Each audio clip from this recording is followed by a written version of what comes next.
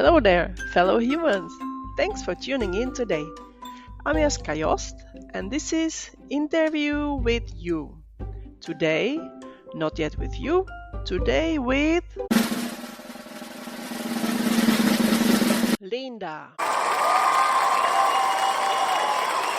Ladies and gentlemen, Linda is an absolute badass and a true warrior. After enduring 5 years of infertility treatments, her dream finally came true, only to face a heart-wrenching tragedy. Her twin pregnancy took a devastating turn when one of her babies passed away in the womb during the 7th month. Did Linda break down? Absolutely. But she's here today to share her incredible journey of resilience, hope, and the strength to find light in the darkest of times. Her story is a beacon for anyone navigating their own personal hell, proving that even the deepest pain can lead to profound courage and inspiration. So, without further ado, let's dive into Linda's powerful story.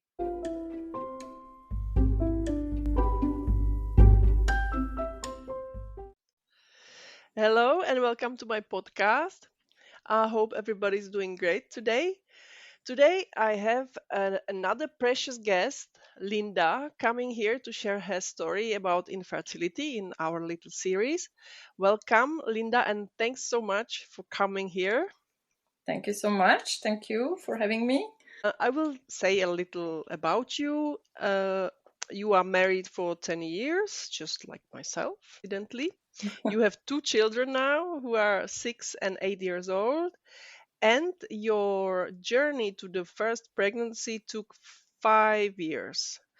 So please tell us the story from the beginning. So my journey was very long, very painful at times, and last 5 very, very, very long years. And basically, we started from scratch. As I said earlier, I have picked up my folder with all my reports and everything, all my journey, just to remember, because it was some time ago. And basically, when I met my husband, we were, I think, just 30 years old, and very quickly we decided that we just want to have kids together after a couple of months. So we decided to stop protecting ourselves. And after 9 months, as I read in the report, we went to see a doctor saying, like, look, it's been 9 months and nothing happened. So, like, what can we do? And he told us, like, yeah, so try some more time. And, if not, you come here and we run some tests. So we did. And they didn't find anything. So there was no reason. Both of us are fine. Everything's fine. We did all kind of exams for me and for my husband, and there was nothing wrong with us. We're just probably not matching or something. So very quickly we started. The first was the ovarian stimulation. So basically, they just stimulated the ovaries, and then they let the cycle be natural. And And when they stimulate the ovaries, is it like they give you medication? Yeah. Okay. So we did 3 cycles, and it didn't work. Okay. So we moved up, we speed up, we went to the in-uterine insemination, the IUI. My body didn't react. So the first was a big failure. They had to change the medication, and they had to double the dose because it was not working. So there was like a couple of 1 or 2 lost cycles. And I think after 3 cycles, which was funny because I was listening to your podcast with Elise, and she mentioned that there is a higher probability when you do more tries. This is not what I was told. And basically after three cycles, we stopped because they said it's not going to work. And we just recommend IVF. Maybe it depends case by case, I suppose. Maybe it is individual. Absolutely. And I just want to say this was all in the Boller clinic at the time, yes, absolutely. right? So this is 2010, 2011.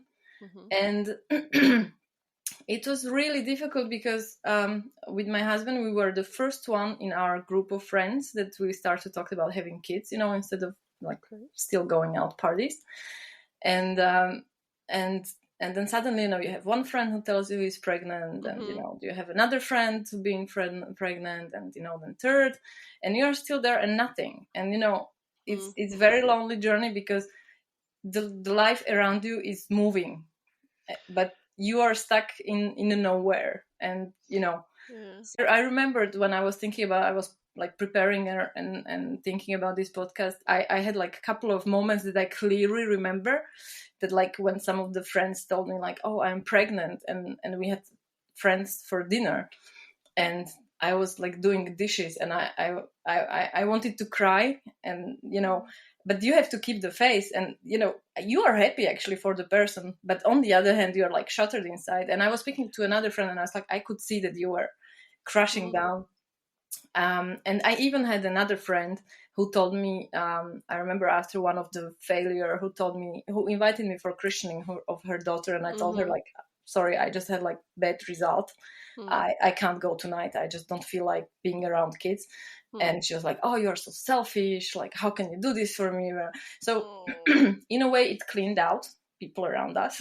So it was, Yeah, it's hard, but at the same time, I want to say, I think until you go through it, it's hard to understand that yeah, exactly. So how anyway, difficult it is. Yeah, but so yeah. we've done, and it was really depressing. So after the before starting the IVF, we decided with my husband taking a break, and we took 6 months.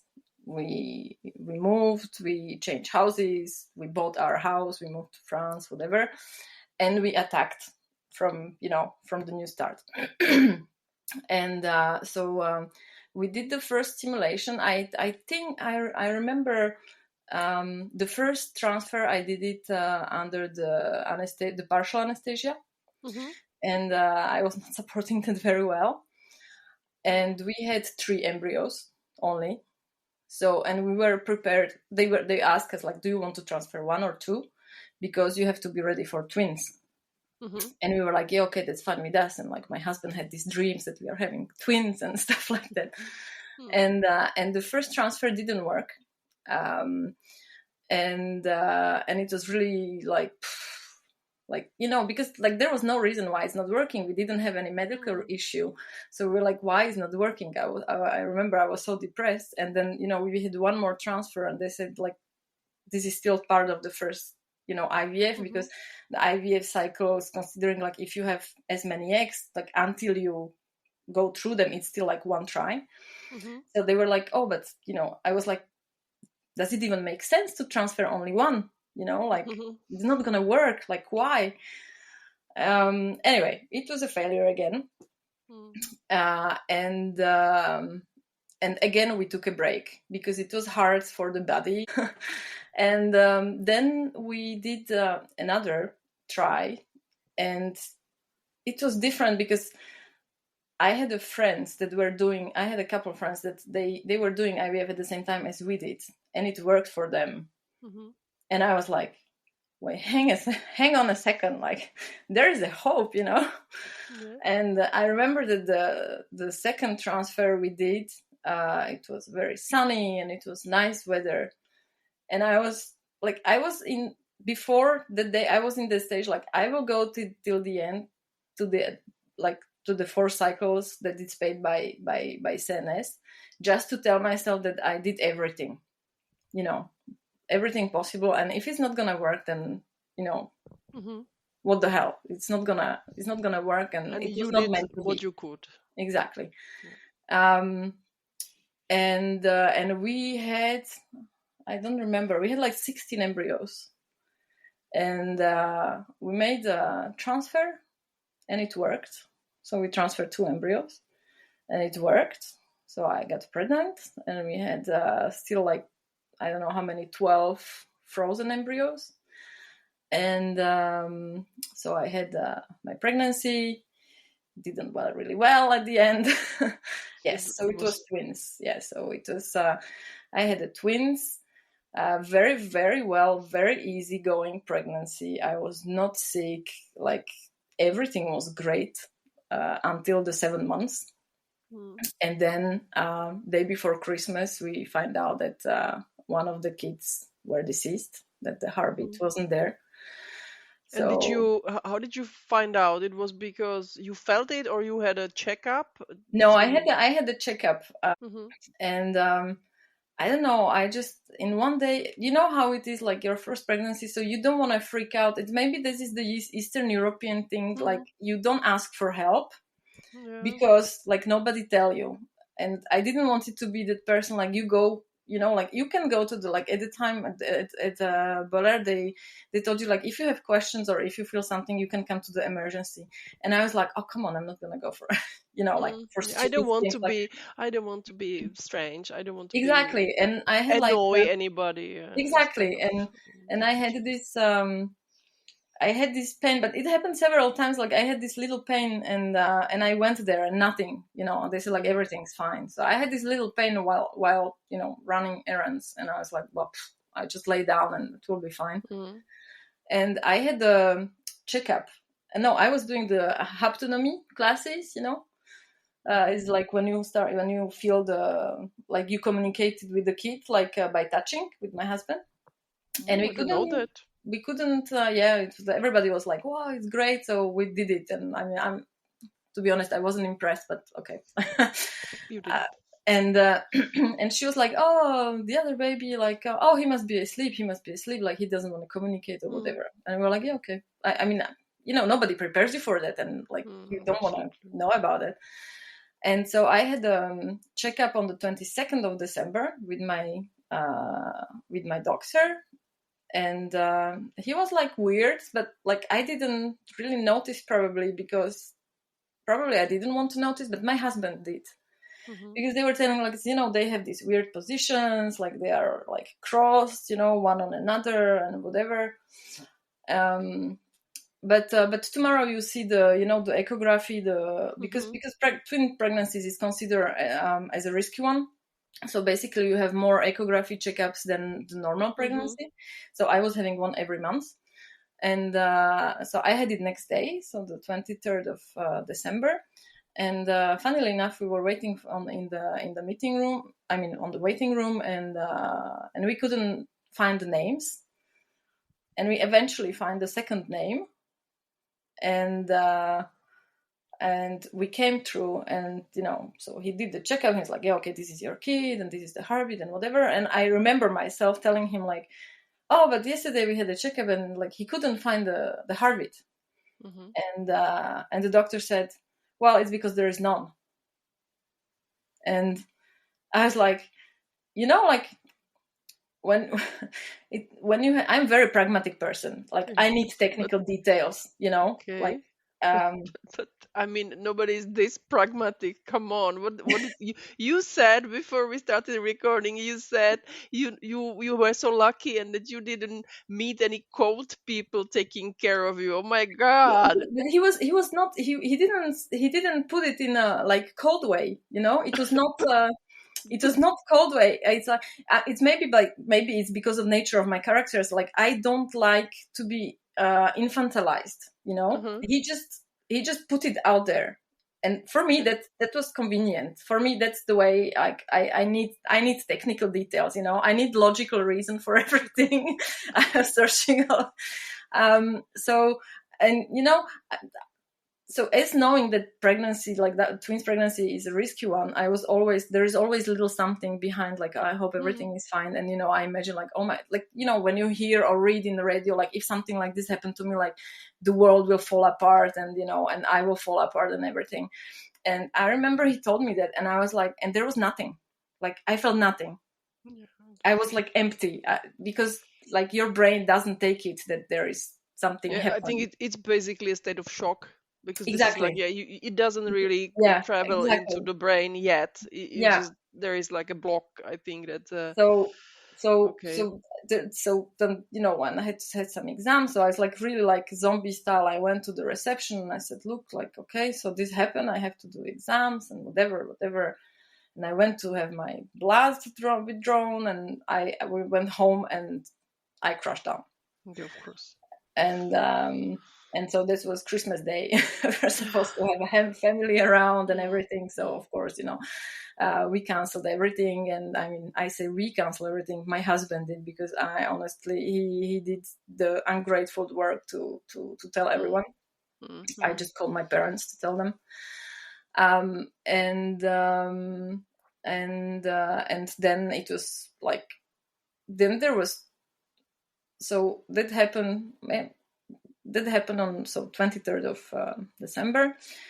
And they told me that, the natural reaction of the body would be to expose But the just one or both at that one, just in, one. in so And the that was body actually my, normally the body would do expel exactly, the one without a heartbeat, yeah, yeah. yeah, Okay. absolutely. But this was really, really late stage. And because I was the beginning of the seven Yeah. months.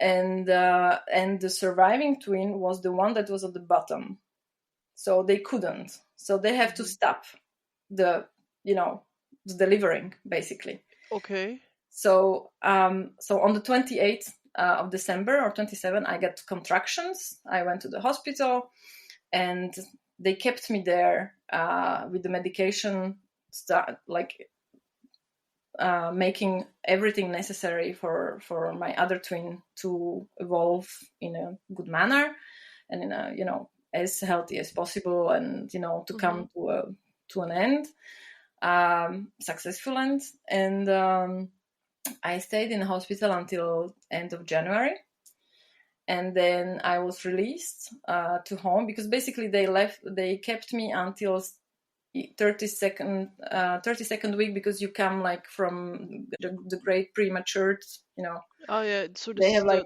from the 20 time. 28 to 32, you're like the great premature, and then from 32 to 36, it's just Hmm. in brackets premature, and then you can deliver. So I was released on a week of 32, and then I was at home with medication for. Then I went home for a month with medication, but I was coming to the clinic every second day for exams, which was Okay. extremely exhausting, Hmm. because you never know what to expect. Yeah, it must be And mentally, it must be really really insane. and It's and it was really hard, because it's like pure schizophrenia, mm, because you know that happened, but since you have your belly, it's not concrete, hmm, you know. hmm, And so anyway, I was going there every day. I was having the doctor, and he was like, "Oh, are you still here? You will be there even anytime now. Oh, are you hmm, still here?" You will be like, we were mm, laughing. I have good, despite all of this, I have good hmm. memories on this. And then eventually, I delivered naturally, Okay. without C-section, without anything. 36 plus 2, my two sons. Wow. So I went really, really long way. So you And delivered both of the babies. I did birth. So I did gave birth. So my son, who is today 8, Hmm. so he was the first one, and then I delivered the deceased baby, and that was a bit hard, because you know you imagine Yeah. after 2 months in in the belly, it's not great. So there were some complication and everything, but I mean, yeah, it was natural. It was easy. I think it lasted honestly like 2 hours, like Okay. from the point I came to hospital until I delivered. That's And I had really good memory on my delivery. I mean, we okay. had we laughed a lot. I didn't have to explain anything, because everybody knew me, because I was there, like, You honestly, were like at living home. there. You were yeah. It Exactly, was your I was home. living So there, basically. So, and I had really, really good team of people around me. I mean, I mhm. had psychologists, the doctors, the nurses. I mean, I have no bad words to say to them. It was really, really great. I would like to say at this point because I found it also like yes, you said that you were heartbroken at stages, but I love it how now you are able to talk about it and laugh and say everything because my heart is breaking when I hear this because it must have been so horrid. But I think that this will really give hope to people, to people who might be at the same situation as you were but then. but this is the thing, and this was the thing why I wanted to, like, because this is out of my comfort zone, talking Yeah, about this. But absolutely. I found that this is such a taboo. and Yeah. and as I said, like, I was at the first, when I found out, I was really angry, because I was like, why nobody prepared me for this, Hmm. because I found out that this is actually quite a common situation. Hmm. That a lot of, it's true that a lot of twin pregnancies like end up earlier, that but it's not so rare to come to this late stage. Hmm. And nobody really like warn you about this. They tell you like it's a risky pregnancy, but Hmm. that's it. Hmm. There are no. And I mean, I can understand that when you're trying to conceive child, and once you get happy and everything, you don't want to hear this kind of stuff. But maybe that's the pragmatic person in me, that like I would have, like, I wanted to have like heads up that it might happen. But wouldn't it? Because I think that for many people, it could mean that they would worry, unnecessarily. Yeah, Like the absolutely. and panic and anxiety and so I mean it's tricky to decide what to do. Yeah. Absolutely, absolutely. And again, and I was bit on my own, on this journey, uh, because as I said, I had great support from like the family and people around me, but I needed to talk someone who had similar experience, Yeah. Yeah. and I found someone recommended me a book, that was about that. It was a different story, but it was about twin pregnancy loss, and it really really helped me out. And ever since, I try to help, in the community, and support, maybe talk about this, because Yeah. it's a risk, like, Hmm. if you're willing to take the pregnancy risk, you should know that there is such Hmm. risk, and it can happen. But And it became really really concrete once I delivered, because suddenly it became real, hmm. like, instead of, and you have people around you, because it was late stage, and because I was already on maternity leave. And it happened like for a couple of times, that some people call me like, oh, so you had the twins, and you're like, you're not prepared for the question, Hmm. because you know Hmm. what happened, you somehow Yeah. made your peace with it. I like, if I Hmm. can say so, because you Hmm. can't really, but like, you Yeah. somehow get used to, more or less, to the situation. You come home with one baby Hmm. instead of two, and then someone asks you like, oh, so you had a, and you're like, well, no. Hmm. And that makes people uncomfortable, because you have to explain, Yeah. but it shouldn't make them uncomfortable, because it happens, you know.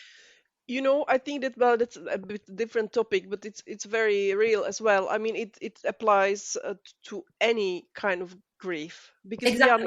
we are not taught about, like, when my mother died when I was quite young. She was 16. Okay, she wasn't 16. I was 16, but and then you see that people just start getting strange around you because they don't know. They would love to Exactly. help you. It's like I feel it also myself sometimes, when somebody's parents die, now that we are getting older and stuff like that. I also It's hard to really choose the right way to approach the person who is grieving, because they are going through shit and you know it, but you don't know how to talk to them, and we are not taught this. I think this should be really. Absolutely. And this Yeah. is this is the thing that I learned, that, I mean, I'm not good with feelings, like, really not. And I'm really, like, always like, I feel for you, I really do, but I don't know what to tell you. Mhm. So my experience is like, you don't have to say like, you don't have to say like, I know how you feel, because you don't. No, But you like, don't. Even like even I a don't. person who went through the exact same thing as you, it doesn't mean that Exactly. they feel the same way. They can Exactly. So understand technicalities, but So the only thing is like, to say is like, I don't know how you feel, but hmm, I'm here for you if you need me. yes, yes, And yes, end yes. of the story, Don't go any Yeah, further. And if the person want to talk to you, then she will talk to you, and that's enough. yeah, Anyway, so I yes. had my kid, and it was really really difficult the first year, because I like retrospectively I can say it was difficult. I didn't feel it that way at the time Mm-hmm. because like you don't have a time, you know, when you lose a child and you don't bring home any, then you have time to mourn. And this is something I didn't have because I had to take care of Mm-hmm. the baby. So you are like happy for one kid, but at the same time you are like weird, feeling weird because you are mourning. But do you have the right to mourn because you still Mm-hmm. came home with one baby and he Yeah. needs you? And you know, so it's really, really difficult kind of situation. And then after a year, my husband told me like, oh, but you know, like let's have another child. And I was definitely not ready because Mm-hmm. I didn't, you know, grieve, I didn't mourn, and but I was like, I am 39 or 38 and like clock is ticking. It was very clear for me from the beginning I don't want to have a kid after 40. Mm-hmm. So I was like, okay, let's go for it because like it took so much time for the first Yeah. Yeah. one, you know, so it will never. And I Yeah. changed jobs and we did like unfreeze the embryos that we had, and the first transfer was successful. And was it again multiple embryos Oh or yes, just? it was again. We transferred two, Mm-hmm. and we went to Rome. Mm-hmm. And I started to bleed, so I was Mm-hmm. like completely freaked out. And I Mm-hmm. called the nurses, and they were like, "Oh, don't worry, it can indeed Mm-hmm. mean something, but it can not mean anything." Mm-hmm.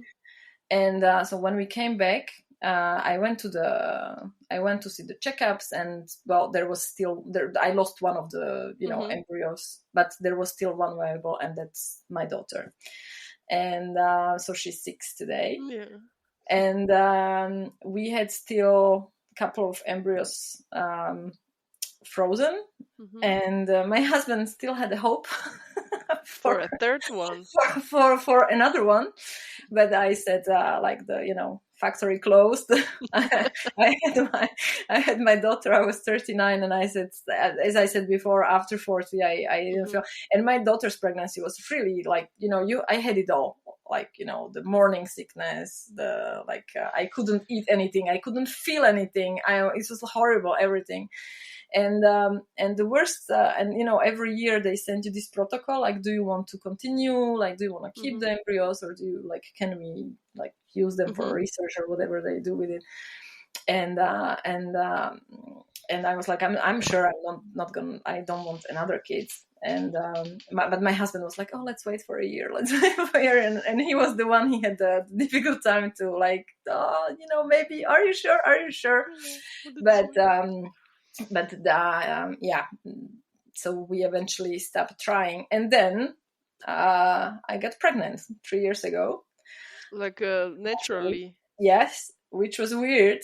And I realized, because I was thirsty, I was sitting in my office and I was like, oh, I'm thirsty, and I'm like not a thirsty person. I was like, hang on a second, like, when you're thirsty it means you're pregnant. Oh, really? I So didn't know that. I went to the check, but it was a clear egg. It was not viable. So I had to Okay. had a chemical interruption of the pregnancy. So yeah, that's pretty much God damn pretty you, much my story. nature. Look at that. It's really, wow. That's quite a story, really, because I mean, yeah, it was supposed to be about the infertility, but I think that the twin loss is also a big topic, I think. I mean, the thing is, as I said at the beginning, I think it's very good that there are nowadays new communities supporting each other. Like, you know, Yeah, um, and I think thanks to for this, I mean, there is many downsides of the internet, like especially if you have kids, I think. But this is such a such an big opportunity for people to really to share, because even if it's a rare thing, which I mean with twins I think it's rather rarer than mm, infertility, because as I've researched, and the WHO web page says that um, every sixth person in their productive age experiences infertility, mm, and there is a lot of data missing from from mm, certain countries, so it could be more. So mm, but for twins, yeah, not every pregnancy is a twin pregnancy, and then not every is a loss in the later stage, so it's probably rarer. But if you look worldwide, you find many people, and this is why I think that internet is a good thing, and this is why I'm doing what I'm doing here, to give hope in for people who must be, I cannot imagine how horrible this must have been, and to show, yes, that there is a way through, and you get through it, and you will be all happy and funny as you are. So Thank you. I mean, and it was a long day because I'm not gonna lie, I seek for help. I yeah, think yeah. when my daughter was 1, it really hit me, because my husband, he always said that I'm like a locomotive, like Hmm. I go against the wall and you cannot stop me. So I was just like in a move, and Hmm. then suddenly it hit me, and it you was the you other way around. I passed under the train, and I really had like whatever you want to call it, postpartum depression, or hmm nervous breakdown, or whatever. And I went to see a therapist that I actually met when I was in a Boller clinic hmm that was assigned to me, to help me with the loss. And it took me a couple of years to go and talk to her, like on a weekly basis, and until we stopped. didn't they, for example, suggest this to you after after the birth, because it would be I was, but I just felt like, yeah. this is the thing, like, when you are in the hospital, and you don't feel it, because, as I said, it's very, very, it's that it's there, but it's not real, because they are still in your belly, Mm-hmm. and then you just get sucked into the whatever Motherhood. motherhood, whatever motherhood is, and you just you just don't realize, Yeah. so, but then, indeed, in one point, I said to my husband, like, I can't, I can't do this anymore. And yeah, so I seek help, and I discovered that there is a whole kind of, big community of people that are helping, because I think that, um, as many people, you can be surrounded with good support and friends and family. Sometimes things are easier to be told to a person who is stranger, Yeah. because there might not be a judgment, or because there is not knowledge of your history, or whatever reason Mm. behind there is.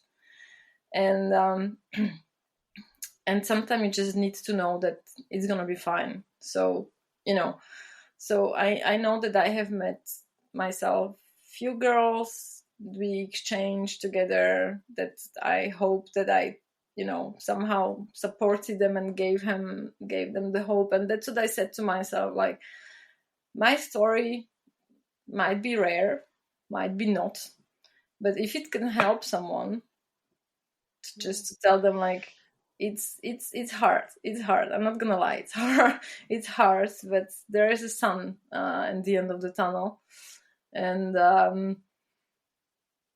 yeah, I mean, we're gonna make it, you know and I was, and to be honest, as I was saying, that I had this couple of friends that was doing the IVF with me. I was the kind of person, because everyone was like, everything happens for a reason, and you have to think, Mhm. like, positively, and it's and I was always like, what, like I will, like, punch you in the face if you tell me Yeah. once again, like, Yeah. you have to Shut think up! positively. Everything sucks.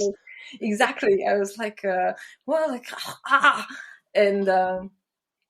and I don't know. As I said, the day I went to make my transfer, it was sunny, and I felt bad, and Mm. I felt good, and I felt the sun on my face, and I was like, this is gonna work, because I feel good.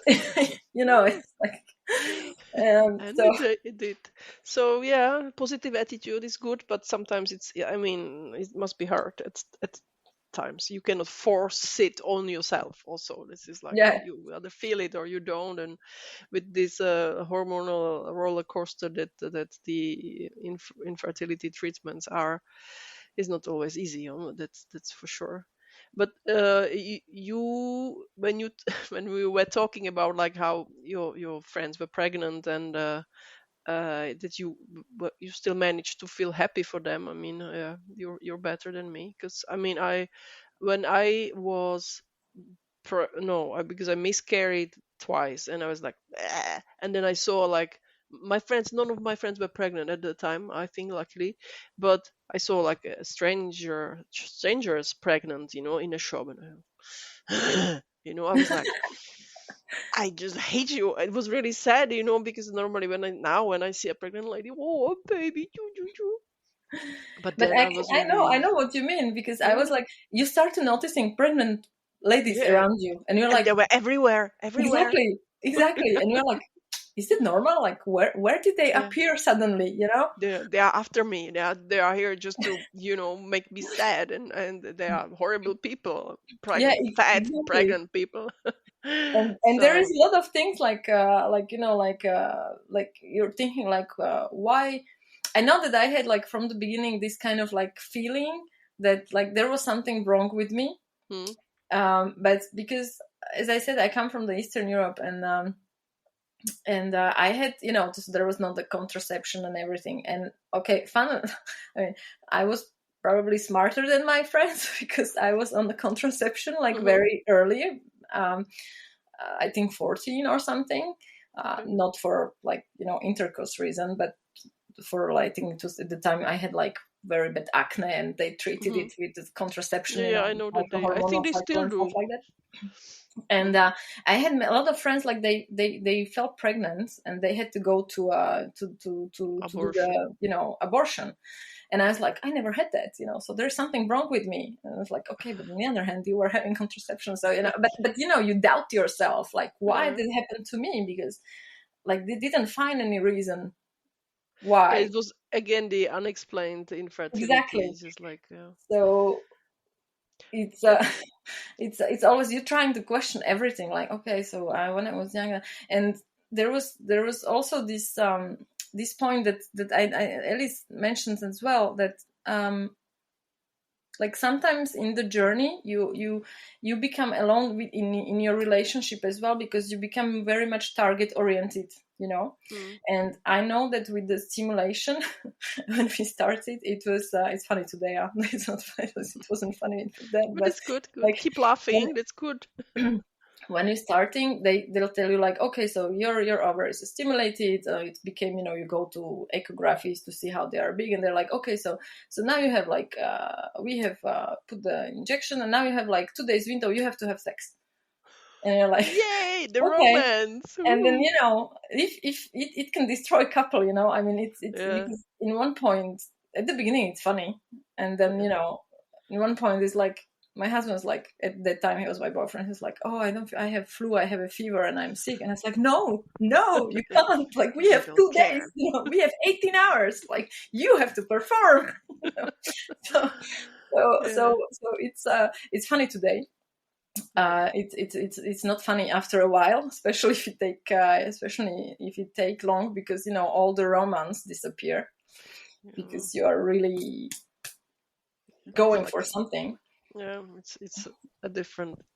You are then very, very goal oriented, right?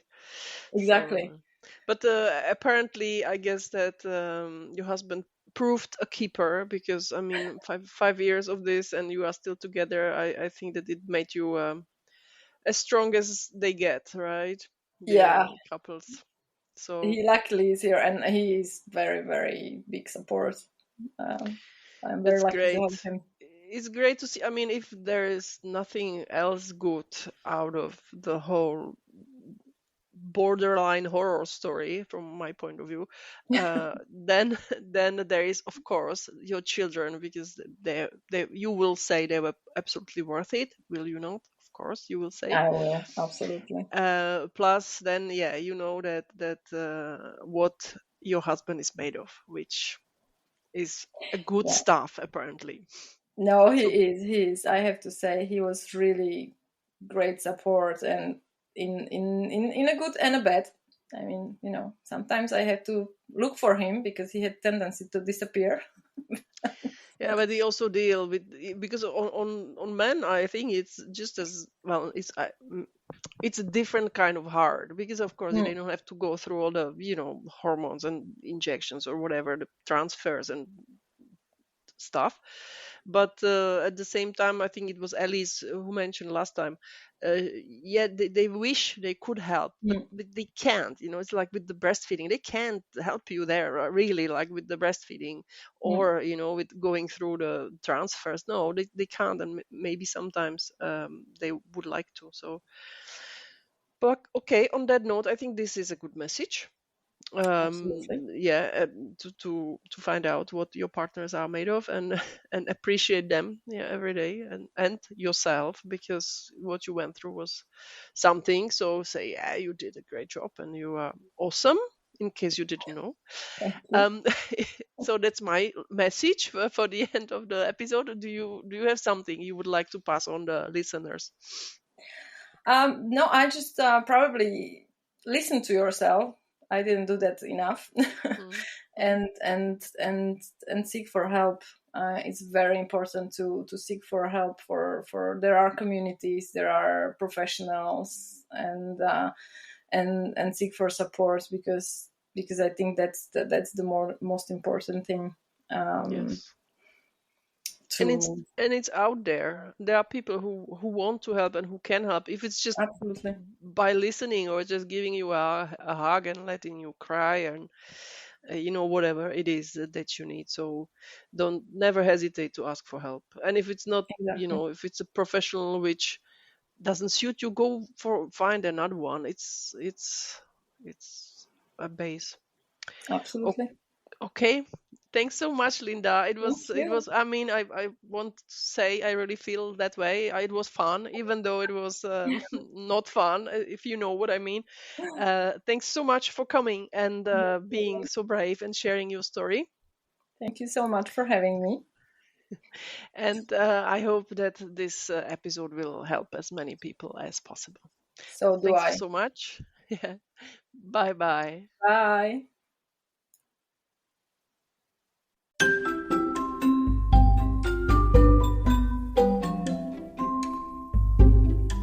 So that went well. Thanks for joining us today in Interview with You. I hope you enjoyed the time as much as we did, and that it brought something positive to your day and to your life.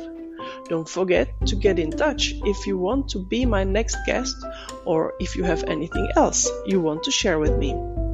The contact details are in the description of the episode.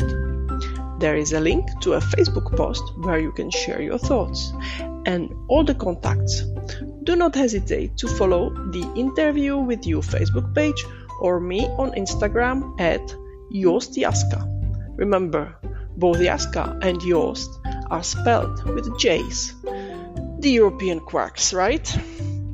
Anyway, go ahead and follow my social media so that you do not miss anything exciting. I look forward to hearing from you and to possibly having the next interview with you.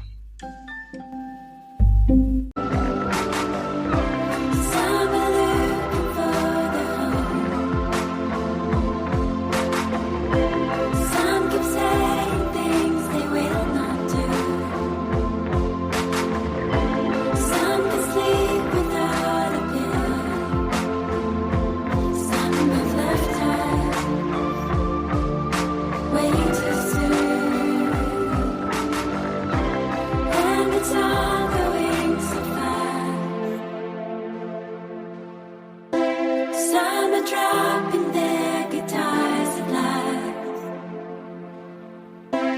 Some are trying to fight back time. Some will always stay dreaming like you and I.